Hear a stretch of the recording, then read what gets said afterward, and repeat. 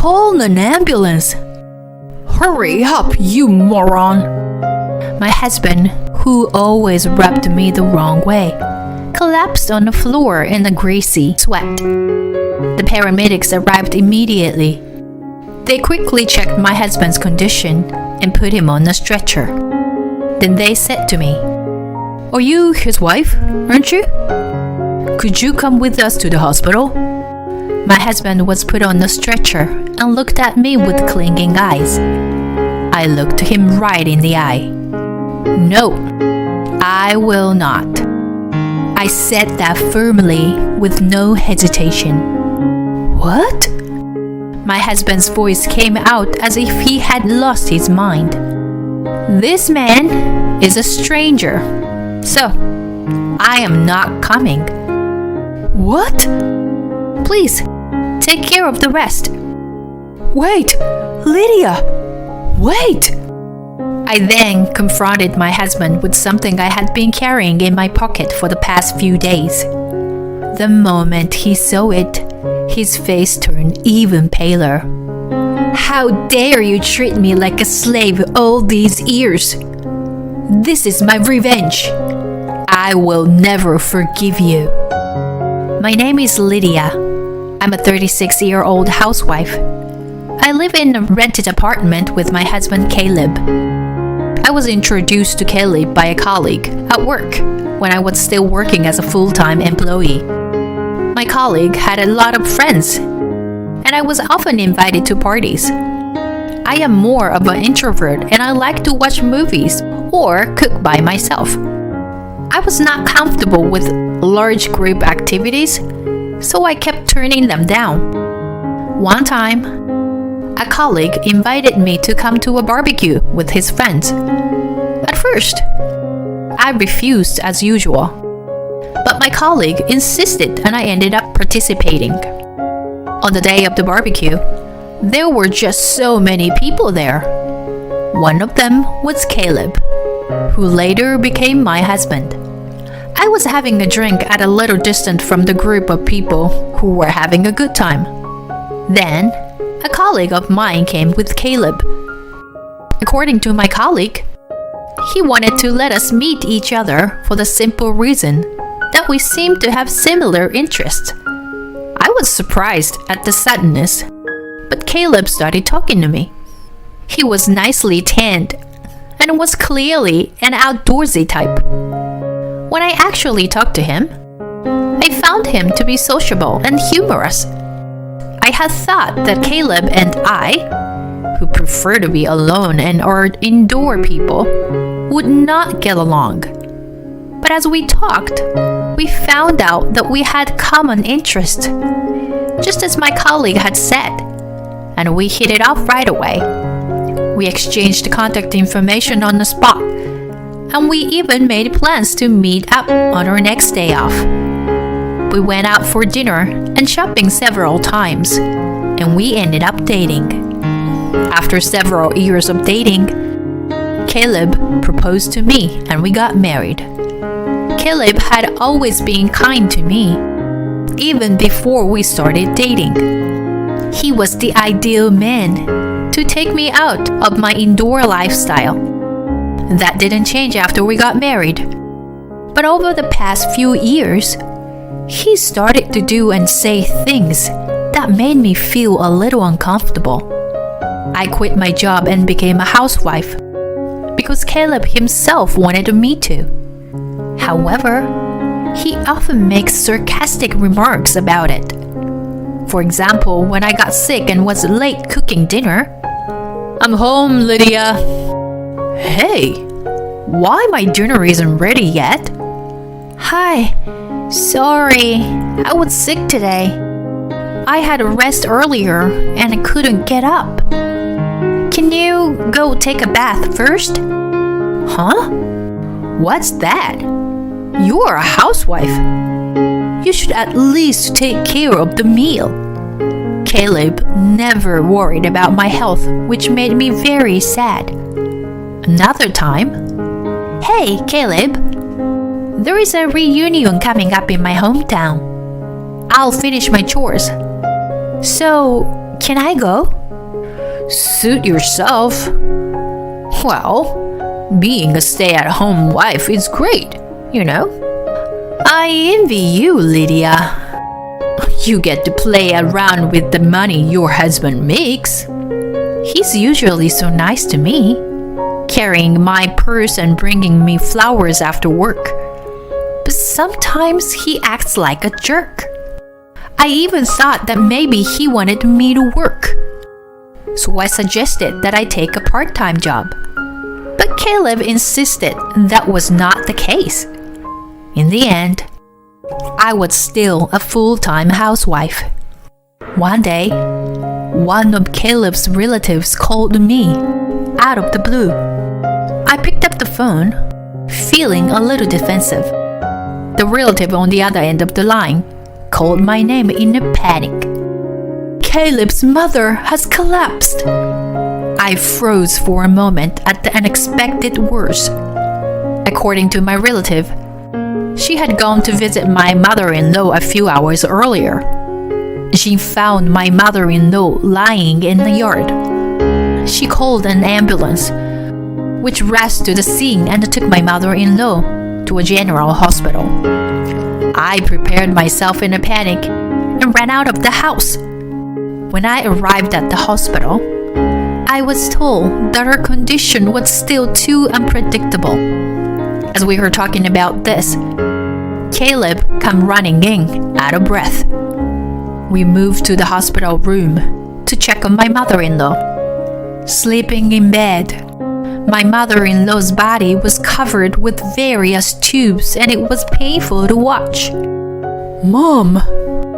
My husband called out to her, but of course, she did not respond.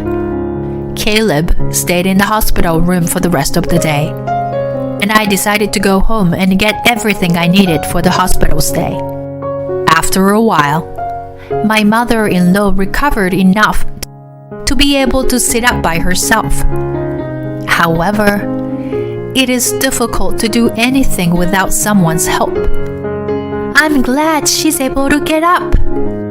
I wonder if she will be able to walk again if she continued to do her physical therapy. When my mother-in-law's discharge date was approaching next week, I said this to Caleb. Then, he started to say something I didn't understand. "Oh yeah.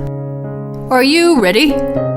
We'll be leaving this house next week, so you'd better start packing our stuff." I couldn't understand what he meant. Caleb seemed annoyed, as if he didn't like my reaction. "We don't need this house, since we are going to live with my mom at my parents' house. You're still as damn as ever, aren't you?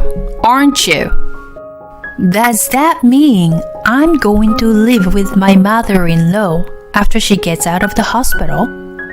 I never heard anything about that. What? Did you decide to move in together without talking to me? Have you already canceled the lease on this house? When I said that, my husband became even more grumpy. "Of course, I've already canceled the lease.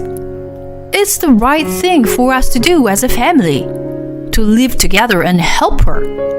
Don't tell me you don't want to live with her, do you? I'm the one who makes our living, so I won't accept any complaints." He said so and went back to his room with deliberate footsteps. I never thought that Caleb would take such a hard-line approach. I can't believe he's canceling the lease on this apartment. I have no choice but to move out. I know he's worried about his mother, but this is too much. I sighed deeply. A few days passed, and suddenly I was living with my mother-in-law. I had never been a caregiver before, so everything was new to me. I had to spend most of my day feeding, bathing, and toileting for my mother-in-law. My mother-in-law didn't want me to take care of her, and she hardly communicated with me. Furthermore, When I tried to talk to her, she would hide in bed saying she was in pain. When my mother-in-law was healthy, we didn't have a bad relationship. In fact, we sometimes exchanged the delicious-looking snacks we found at the department store. Perhaps she was too frail to care for others. On the other hand, my husband Caleb, who had forced us to move in together, rarely came home. After work, he would go out for drinks and come home in the morning. Even on his days off, he would find some reason to go out. When he comes home, all he does is play video games in his room. I decided to talk to Caleb while he was playing games. I know you can't avoid working overtime or drinking with your colleagues, but can't you at least help me take care of your mother when you are at home? Or I would like you to help me with the housework. I said this, and Caleb replied without looking away from the screen. What are you being so naive? Housework and caregiving are both your jobs. I'm tired from working, you know. Oh, I'm almost out of coffee. Go make me some. And clean this room, okay? And take these to the dry cleaner. I need them by Wednesday. My husband spoke one-sidedly and threw his work clothes at me. This time, I was annoyed and retorted, "That's enough! I've been doing housework and taking care of your mother every day for the past month without a break.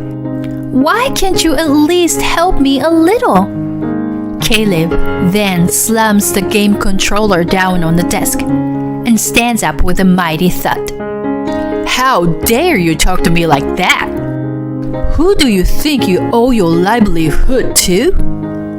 If you have a problem with me, then get out. Come on, get your shit together and get out. Well, I feel sorry for my mom. She's going to be left alone without anyone to take care of her. That being said, I couldn't say a word. It's true, I only have a little money saved up, and I can't leave my mother-in-law who can't do anything for herself. I held back, picked up his suit, and left the room. After about 6 months of such a difficult life, my mother-in-law suddenly passed away. I woke up in the morning and went to check on her like I always do. But that day, she was no longer breathing. I called an ambulance and took her to the hospital, but it was too late. Caleb was in tears and sad. I don't know why, but I couldn't cry. I felt cold when I saw Caleb, crying without hesitation. I thought to myself, you didn't do anything to help her.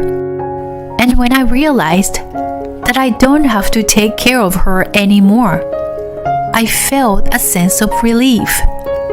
I felt guilty for feeling that way. Time passed so quickly. After the wake and funeral, I suddenly realized that 2 weeks had passed since my mother-in-law was gone. It's time to organize her belongings. After my husband left for work, I started cleaning my mother-in-law's room. I put her favorite clothes and accessories into the cardboard boxes, one after another. But there wasn't many, so the work was over soon. Next, I opened the cabinet by my mother-in-law's bedside. There was almost nothing in it, but there was a big can on the bottom shelf. I thought I had seen it somewhere before, and it was a can of assorted sweets I had given her when she was still in good health. I wondered why it was there. I opened the lid of the can. There was a letter inside. When I picked up the envelope, I found the words, "Dear Lydia," on it. hurriedly opened it and looked inside. In trembling letters, there was a message for me. Lydia, I am sorry for making you take care of me. I was ashamed of myself for forcing you to work for me every day. I was also ashamed of my son, Caleb. I know how bad he was to you. Lydia, you should leave him and live your life the way you want. My mother-in-law knew everything. She knew that her son was being selfish and that I was suffering from it. At the end of the letter, she wrote, I am glad that I was able to spend the last days of my life with you, Lydia. Thank you. At that moment, I cried for the first time since my mother-in-law passed away.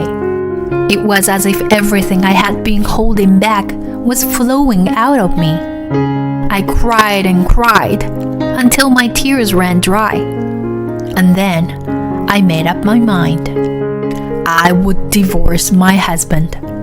10 days has passed since I found a letter from my mother-in-law. My husband is still treating me like a slave. Lydia, I'm missing one of my socks. Where is it? Oh, and take my car to the car wash today. You've got nothing to do, right? He's going out with his colleagues for golfing today. I guess he's completely forgotten about it. But today is our wedding anniversary. Well, I don't even care about it anymore. What are you going to do while I'm golfing? You can't just sit around, you know? You have to prepare dinner, clean my room, clean the bathroom. You have a lot to do. His arrogance left me speechless. Hey, you hear me? Bring me my sock and a jacket. Hurry up, or I'll be late. At the moment, Caleb fell to the floor, clutching his stomach. He was in pain and sweating. He told me to call an ambulance as if he was trying to squeeze out the words. I froze at the suddenness of the situation, and my husband yelled at me. Hurry up, you moron! You're really useless. Can't you even call an ambulance? Hearing these words, I became strangely calm. Then I called 911. And within minutes, an ambulance arrived with paramedics. The paramedics quickly assessed Caleb's condition and placed him on a stretcher. As they put him on a stretcher, Anne said to me, You are his wife, aren't you? Would you come with us to the hospital? Caleb looked at me with pleading eyes as he was placed on the stretcher. I looked him right in the eye and said, No, I will not. I said that firmly with no hesitation. What? Caleb's voice came out as if he had lost his mind. This man is a stranger. So, I am not coming. Please take care of the rest. Then, I confronted Caleb with something I had been carrying in my pocket for the past few days. It was the divorce papers that I was forced to sign when we had a fight a while ago. My husband had always told me that if I disobeyed him, he would serve me with the divorce papers. Caleb tried to snatch the divorce papers from me, but he can't seem to move due to the pain. So he has to lean back on the stretcher without any efforts. Excuse me, but please, leave now. As I said this, the paramedics finally took my husband away. In the ambulance, he must have been looked as a poor husband whose wife has given him a divorce. He should be embarrassed. I watched the ambulance leave and then left the house. It took a long time, but the divorce papers were accepted, and the divorce was officially finalized. While Caleb was in the hospital for a week, I was busy packing my belongings and sending them to my parents' house. Then one day, I ran into Caleb when I was at the grocery store. Lydia, please don't do this to me. You love me, don't you? Please, don't leave me. I admit I've made some mistakes. You listened to me no matter what I said. So I just got carried away. The overbearing attitude he had a few months ago, it's gone, and he looks completely pathetic. What are you talking about? The divorce is already finalized. It's too late for you to act so fragile. Go ahead, live your life as you pleased. He didn't really think that I was going to divorce him, and he looked quite shocked. His hands were shaking and his face was turning pale. Well, that's that then. Bye. It had been 6 months since Caleb and I had divorced. Caleb had once visited my parents' house. He had been ringing the intercom at my parents' house and calling out my name so loudly that I had no choice but to see him. Sure enough, he wanted me to get back together with him. When I kept quiet, he began to reveal his current lifestyle to me. He can't cook because he has forced me to do all the housework. He eats only TV dinners or eats out. He has gained 10 pounds since the divorce. It's true that he put a lot of fat on his face and stomach that you can see at a glance. In addition, he doesn't seem to understand how to do laundry. The shirts he wears are wrinkled and smell weird, making him look even filthy. I finally realized how great you have done, Lydia. If I don't do something, the people at the company won't like me. Caleb said so and started sobbing. The cheap tears. In other words, he wants to treat me like a servant again. There is no way I'm going back to that. No, never. If you make any more noise, I'll call the police. I treated him like he was a stranger. Then, Caleb started to be afraid of the words police and left the house crying. I'm sure he wouldn't get involved anymore. I hope so. My ex-husband seemed to be leading a very inconvenient life. On the other hand, I was leading a fairly comfortable life. For a while, I was staying at my parents' house, but now I rent a small apartment and live alone. My standard of living is much lower than when I lived with my ex-husband. But I still like this life, that I can have my own time. I thought it would be difficult to get another job at my age, but a friend of mine happened to have a friend who retired, and I was able to get a job to take her place. I feel so happy to be able to spend time and money only on myself, without anyone telling me what to do. From now on, I want to take care of myself at my own pace. It's the beginning of the new chapter of my life.